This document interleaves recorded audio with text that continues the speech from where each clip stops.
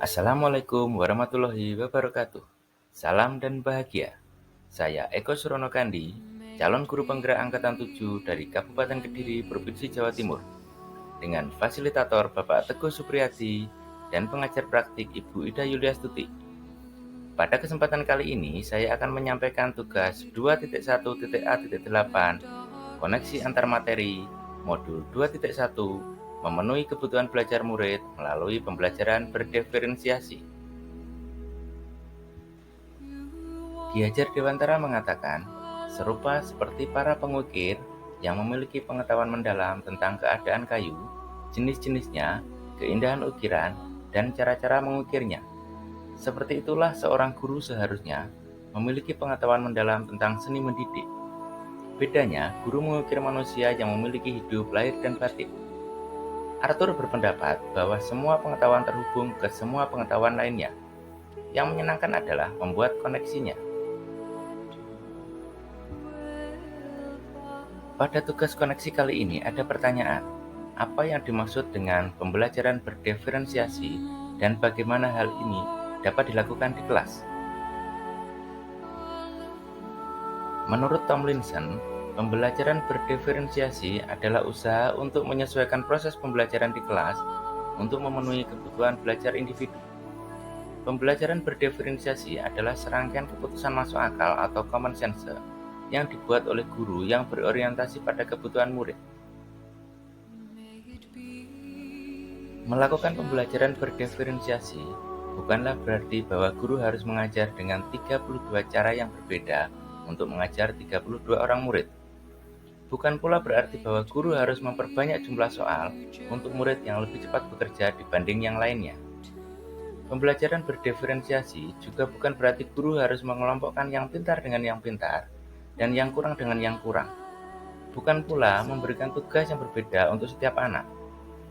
Pembelajaran berdiferensiasi bukanlah sebuah proses pembelajaran yang semerawut, yang gurunya kemudian harus membuat beberapa perencanaan pembelajaran sekaligus, di mana guru harus berlari ke sana kemari untuk membantu si A, si B, atau si C dalam waktu yang bersamaan.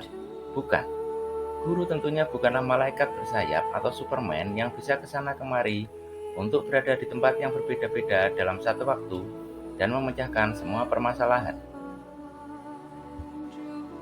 Yang perlu diperhatikan dalam pembelajaran berdiferensiasi antara lain: 1. Kurikulum yang memiliki tujuan pembelajaran yang didefinisikan secara jelas.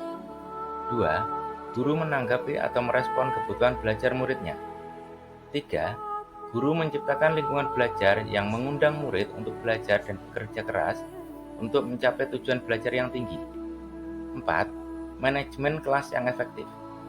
Guru menciptakan prosedur, rutinitas, metode yang memungkinkan adanya fleksibilitas, namun struktur yang jelas, sehingga walaupun mungkin melakukan kegiatan yang berbeda, kelas tetap dapat berjalan secara efektif.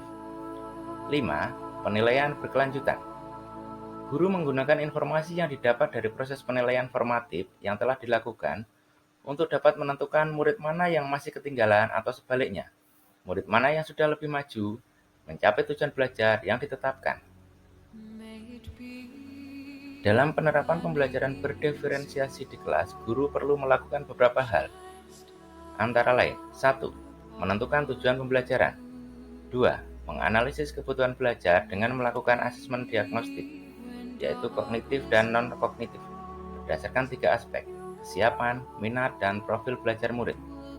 Yang ketiga, menganalisa penerapan 3 strategi diferensiasi, yaitu konten, proses, dan produk. Yang keempat, mengimplementasikan rencana pembelajaran berdiferensiasi dalam konteks pembelajaran di kelas. Yang kelima, melakukan asesmen pembelajaran yang sesuai dengan tujuan pembelajaran dan kebutuhan murid. Pertanyaan berikutnya adalah, bagaimana pembelajaran berdiferensiasi dapat memenuhi kebutuhan belajar murid dan membantu mencapai hasil belajar yang optimal? Pembelajaran berdiferensiasi dapat memenuhi kebutuhan belajar murid di kelas dengan cara guru melakukan pemetaan kebutuhan berdasarkan 3 aspek. 1. Kesiapan belajar, yaitu kapasitas untuk mempelajari materi baru. Guru perlu mempertimbangkan tingkat kesiapan murid dan itu akan membawa murid keluar dari zona nyaman dan memberikan tantangan. 2. Minat belajar, yaitu suatu keadaan mental yang menghasilkan respon terarah kepada suatu situasi atau objek tertentu yang menyenangkan dan memberikan kepuasan diri. 3. Profil belajar, yaitu mengidentifikasi atau memetakan kebutuhan belajar murid berdasarkan profil belajar untuk memberikan kesempatan kepada murid untuk belajar secara natural dan efisien. Pembelajaran berdiferensiasi dapat memenuhi kebutuhan belajar murid di kelas dengan cara guru menerapkan 3 strategi diferensiasi. Yang pertama, diferensiasi konten. Diferensiasi konten merupakan materi atau informasi apa yang akan diajarkan kepada murid. Murid dapat dibedakan sebagai tanggapan terhadap kesiapan, minat, dan profil belajar murid maupun kombinasi dari ketiganya. Guru perlu menyediakan bahan atau alat atau materi atau media yang sesuai dengan kebutuhan belajar murid. Yang kedua, diferensiasi proses. Diferensiasi proses menekankan bagaimana murid dapat memahami atau memaknai apa yang telah dipelajari. Diferensiasi proses bisa dilakukan dengan cara pembelajaran berjenjang atau bertahap, menyediakan pertanyaan pemandu atau challenge yang disesuaikan dengan sudut minat, membuat kegiatan pembelajaran yang beragam dan tidak monoton. Yang ketiga, diferensiasi produk. Diferensiasi produk menampilkan dan mendemonstrasikan hasil pekerjaan murid kepada guru. Tugas bisa berupa proyek. Produk yang diberikan meliputi 2 hal, yaitu memberikan challenge dan keragaman atau variasi, serta memberikan murid pilihan bagaimana mereka dapat mengekspresikan pembelajaran yang diinginkan. Pertanyaan selanjutnya, jelaskan pula bagaimana Anda melihat kaitan antara materi dalam modul ini dengan modul lain di program pendidikan guru penggerak. Dari modul 1.1 Filosofi Ki Hajar Dewantara, modul 1.2 Nilai dan Peran Guru Penggerak, modul 1.3 Visi Guru Penggerak, modul 1.4 Budaya Positif, dan modul 2.1 Pembelajaran Diferensiasi, semua mengarah pada merdeka belajar yang berpihak pada murid dan sesuai dengan profil pelajar Pancasila. Keterkaitan antara modul 1.1 dan modul 2.1. Pada modul 1.1, pendidikan diartikan sebagai tuntunan dalam hidup tumbuh kembang anak, agar mereka dapat mencapai keselamatan dan kebahagiaan yang setinggi-tingginya, baik sebagai manusia maupun sebagai anggota masyarakat. Guru ibarat petani yang hanya menuntun tumbuh kembang anak, tidak bisa membuat padi tumbuh menjadi jagung.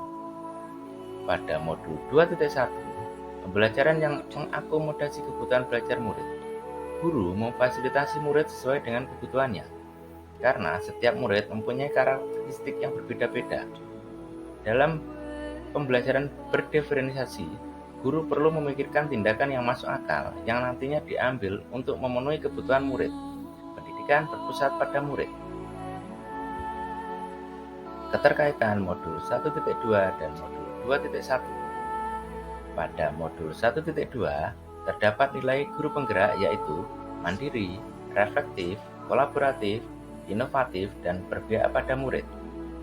Dan peran guru penggerak yaitu menjadi pemimpin pembelajaran, menggerakkan komunitas praktisi, menjadi coach bagi guru lain, mendorong kolaborasi antar guru, mewujudkan kepemimpinan murid.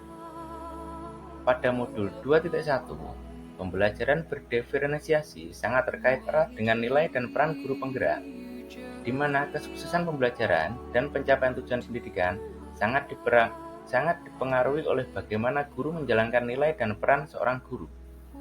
Pembelajaran berdiferensiasi memberikan kesempatan murid untuk mengembangkan minat dan bakat yang dimiliki. Keterkaitan modul 1.3 dan modul 2.1.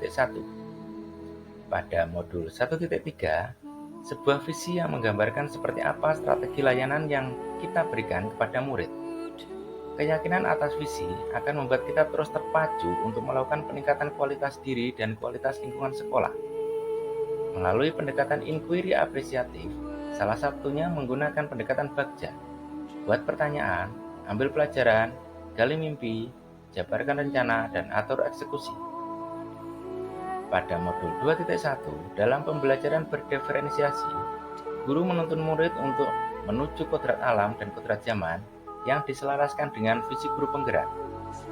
Anak-anak hidup dan tumbuh sesuai dengan bakat dan potensi yang berbeda. Jadi, inquiry apresiatif merupakan pendekatan utama yang mengimplementasikan untuk mendorong perubahan. Pembelajaran berdiferensiasi membantu terwujudnya visi dan misi sekolah. Keterkaitan modul 1.4 dan modul 2.1. Pada modul 1.4, budaya positif di sekolah tidak bisa berdiri sendiri, karena dibutuhkan sinergi semua pemangku kepentingan agar membudaya dan berakar. Mengapa harus disiplin positif? Karena semua tatanan yang ditetapkan bertujuan untuk melahirkan mental dan karakter disiplin. Kesadaran disiplin berdasarkan pada kesadaran dari dalam individu dan merupakan kesadaran intrinsik. Pada modul 2.1, budaya positif diperlukan dalam pembelajaran berdiferensiasi, di mana penerapannya memerlukan salah satu posisi kontrol guru, yaitu guru membantu murid merasa dihargai. Guru merangsang murid untuk berpikir kritis, sehingga murid dapat mengenali kebutuhannya dan menemukan solusi buat dirinya sendiri. Posisi yang paling ideal yaitu posisi manajer, mendorong guru menerapkan pembelajaran berdiferensiasi. Kesimpulan, pembelajaran berdiferensiasi sangat erat hubungannya dengan pembelajaran yang berpihak pada murid sesuai dengan filosofi Ki Hajar Dewantara untuk menuju merdeka belajar sesuai dengan profil pelajar Pancasila. Nilai dan peran guru penggerak merupakan komponen penting dalam mewujudkan pembelajaran berdiferensiasi. Murid sebagai pembelajar yang beragam harus terlayani dengan baik melalui visi misi yang baik pula. Pembelajaran berdiferensiasi akan mewujudkan budaya positif di kelas dan di sekolah. Demikian pemaparan dari saya. Salam guru hebat, tergerak, bergerak, menggerakkan. Terima kasih. Wassalamualaikum warahmatullahi wabarakatuh.